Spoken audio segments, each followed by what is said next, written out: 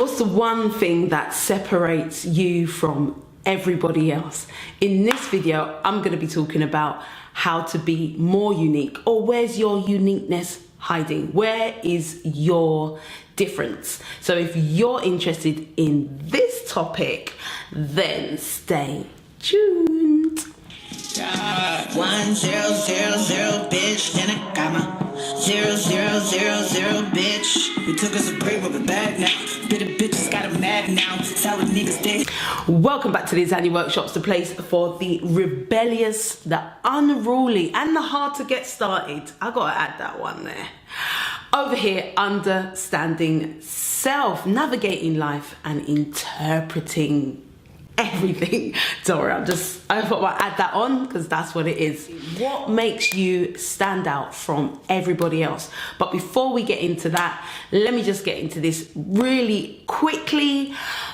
Big up all my subscribers, big up the gang for being really patient. 3 weeks without a video, and if you've come back and clicked on, thank you very much. Firstly, I got locked out of my YouTube account because I got rid of my business email and it was on Squarespace and I was having all types of difficulties. So yeah, there's that. Secondly, I really got caught up with these videos, the way that I give my explanation, because I'm very clear, especially from like feedback and stuff like that, that I do not speak linear. Okay, I do not go from point A to point B to point C. I go point A or a point, and then I go there, and then I get back. So I did let that consume me in terms of, are these messages getting across clearly? And so I know I do have views, but it's not everyone that tends to leave a message or a comment to say, yay, I understand. Yeah, big up all the new ones that hit that subscribe button. Yeah. Gang, love ya. Anyway, let's get on with the video. So what is the thing that separates you from everybody else? And yes, it's your unique fingerprint. Yes, it's the way you look. Yes, it's your hair. Yes, it's your sound. Yes, it's all of those things. But I think after a while, we're so used to that being our originality, we forget that actually that's enough, kinda. So when we're interacting with people, this is where we begin to see our uniqueness, right?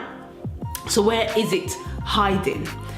There's two components to your originality, to your unique self, to your difference. And the first one is your perspective, is your independence and your thinking and your thoughts. And I'm going to get into that. And the second one is your ability to be unafraid or unstoppable in who you really are. So I think the thing to say here is that in our own way, we all feel like we are different from everybody else, right? But then sometimes you can feel like a samey feeling, like you're just saying the same things, repeating the same things, agreeing with the same things. And so you begin to wonder, where's the difference? Where am I inside all of this? The thing to say here as well is, though people want to believe that they are thinking outside of the box or they're more unique than everyone else, I think you'll find that a lot of times we actually want to fit inside a lot of boxes. So whether that's the way we dress, whether that's the way we speak, the quotes that we might be using, the way that we interpret life, and so on and so forth, is actually fits inside so many different boxes. When we're saying, oh, we want to be, or we think outside the box, or you feel like you've got a unique way of seeing things, what you'll actually find is that you're actually in agreement and you're actually inside quite a lot of these boxes that you're trying to think outside of. So our difference doesn't shine there. I think another thing to say is to look at why unique, why being unique, why standing out is a good thing, is a beneficial thing, although it does have its downsides. So standing out, being your difference, being inside your different enables you to align with the right people, the right conversations. It aligns you to the right jobs. It puts you in the right spaces. It allows you to get the right things that are suited to you. So your people, places and things will be covered. You will be in alignment with not only who you are, but you will be projecting that, and that projection will reflect back. Oh my God, that sounds so fucking complicated. And that will reflect back to you all the things that you need. That's a good thing as to why being in your alignment, being in your uniqueness, being in your you-ness is such a great thing for you. Because the thing is, when you're not, when you tend to go along with what is not you, you then find yourself aligning to the wrong people. And it's not necessarily that they're wrong, it's just that they're not your real views, they're not really who you are, so you're just aligned to what you're projecting to. Hope that makes sense. Where is your uniqueness hiding? It is hiding in your perspective. What is your perspective on everything? Now, another point to note here, you can only reach as far as your beliefs allow you, right? So sometimes you might feel like everything's just the same. It's like you can feel your individuality, you can feel your uniqueness, but you feel like you're not really bringing it out there. Why? Because of your belief system, because of what you already have embedded inside you. And to be able to get different perspective, to get a different belief system, you have to go outside of what you're believing in. So what do you believe about the things that are occurring in your life? Like, what's your real belief? What's your real truth about it? Because most of the times what you'll find is that you'll just go along with what you're hearing. You won't analyze for yourself what it truly means for you. Because sometimes I find when you sit back for a minute, take in what you heard, and come with your own opinion, you'll feel quite threatened by the people that have the loudest and the strongest opinion on the subject, regardless of what that subject is. It could be race, it could be religion, any of those big harsh topics. You're more likely to stay silent about what you truly believe about it, or just go along with what is being said, as long as that kind of goes along with, you know, your general belief about the subject, instead of diving in and deciding for yourself, no, this is what I absolutely believe regardless of what. Now, most of us, we don't want to be put in a position where the light is really on us, to where we want to go against perhaps politics, perhaps like I said, race, religion, and whatever else. You don't want to be condemned by the people that are around you, even the immediate people that are around you, about how they view things. Because what you'll find is that you'll end up in huge battles about your beliefs, about your opinion, about who you really are. But that, my friend, is who you really are.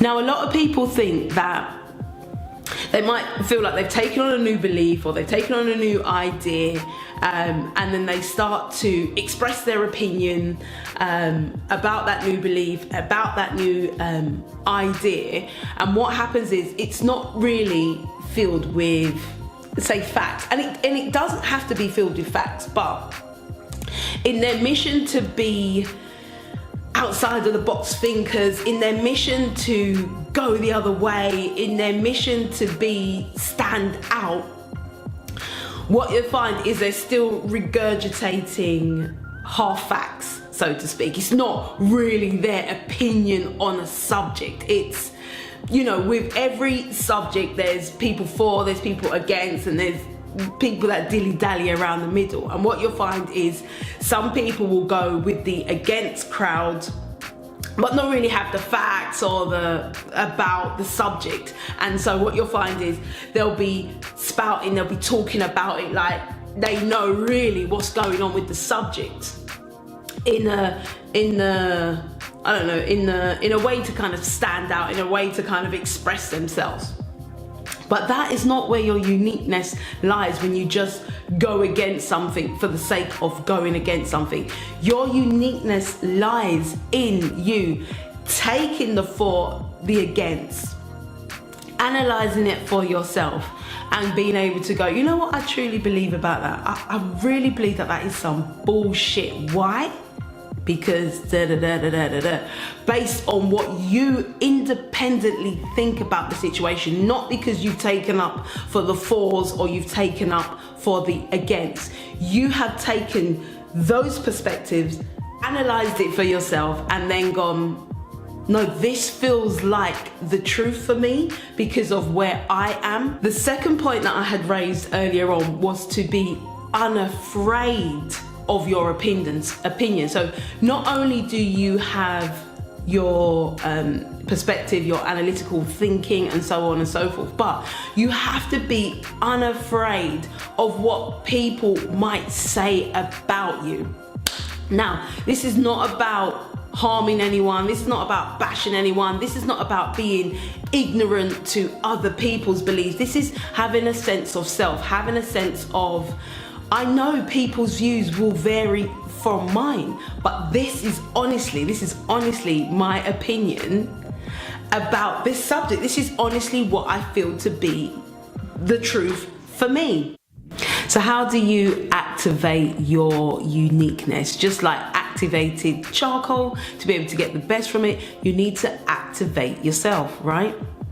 So one of the ways, and I spoke about in one of the videos about switching off your TV, in order to receive the information that is truest for you, you need to lock off from the stimulus, right? You need to lock off from the constant vying for attention that occurs outside of yourself, outside of the silence. Yeah, you need to go inside of yourself so you can get real clarity about what is it for you, what is my true perspective on what is going on, not on the loud and this is happening and that is happening, not on the two arguments and the against and the for arguments. The real, what is it for me? What do I truly believe about what's going on? And you have to first, before all of that, you have to be able to activate yourself. And one of the things that you can do for that is to ask yourself, what do I need to know with my life moving forward? What is best for me? What do I truly want for me? What is my pathway? Right? What do I truly need to know for me? You know, and when you can start answering those questions, you'll stop sticking your nose in things out there that really have no concern for you. Really clear and really short and really just not go along. You know, this is half why I say the rebellious and the unruly, because people that are now not afraid to just conform, just, oh my gosh, like, no, because it impacts. And no. How does it impact you and what you're doing? You understand what I'm saying? So in order to activate your uniqueness, you really have to look at, where are you going with your life? What's your road? And what do you require on that road? And what you'll find is half the time, all the information that you're getting fed, it's not what you require, it's not for you. So you have to be able to block off that stimulus, that people constantly trying to jerk you out of yourself, trying to shock you, scare you out of being who you truly are, who you truly can be. Shut that down and be able to go, what's for me? Yeah? And get real clarity on that is the first thing. Second, once you get that clarity, you now have to keep repeating that to yourself. You now have to be reminding yourself of your truth, right? Of who you are and what you want. And because sometimes I just think we overcomplicate life in itself when we concern ourselves in these subjects that have got nothing to do with us. You understand what I'm saying? Like, what is it for you? as not to repeat myself, you know. But yeah, so in order to activate yourself, you need to ask yourself bigger questions that really align to your road, your journey, where you're going, and what you want. More importantly, what do you want? Where do you see yourself being? How do you see yourself? And then you go for that. So it's like, in a way, it isn't arrogance in terms of, I can't afford to be distracted by all the other noise. It's not beneficial to you and where you're going, right? So you can't distract yourself with that noise in terms of where you're going, what you want for you, what you want for your community, for your people, for your family, for whatever. You understand what I'm saying? You have to take that line and be like, this is it. That's where I'm going to draw my line, and that is for me. And lastly, like I said before, you have to be independent in your thought, in your thinking, for when things do come to you, for when you do want to mingle in conversation. You understand what I'm saying? You have to be really clear about what it all means for you, and just stick with it. You understand what I'm saying? And it's not to say you're going to be standing, I was going to say stand up by yourself. Yeah, most of the time you probably will be standing up by yourself, but you will still find your clique and people that understand what you're saying. But it won't be a mass majority of people. It will be a minority now. It will be a small groups, small pockets of people with unique thinkers, unique thinking, and unique minds that don't follow the same quotes, follow the same sayings, follow the same ways to dress, ways to be, ways to speak. They're very small cliques, yeah? So it is finding your true voice. Like, what do you really believe about a subject, topic, or whatever?